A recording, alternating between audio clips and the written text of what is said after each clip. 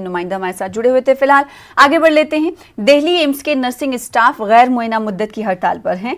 Nursing staff छठी पे commission नाफिज करने और गैर मुस्तकिल अमले की तकर्री रोकने का मुतालबा लेकर गुज़िश्ता कुछ दिनों से हड़ताल पर हैं। एम्स में नर्सों के एहतजाज के चलते लोग परेशान हैं। मरीजों की देख रेख कैसे हो रही है, इसको लेकर घर वालों को फिक्र लाहक है। इस बीच यूनियन का कहना है कि वो इंतजामिया से बातचीत करने को तैयार हैं। तकरीबन 5000 नर्सें हड़ताल पर हैं।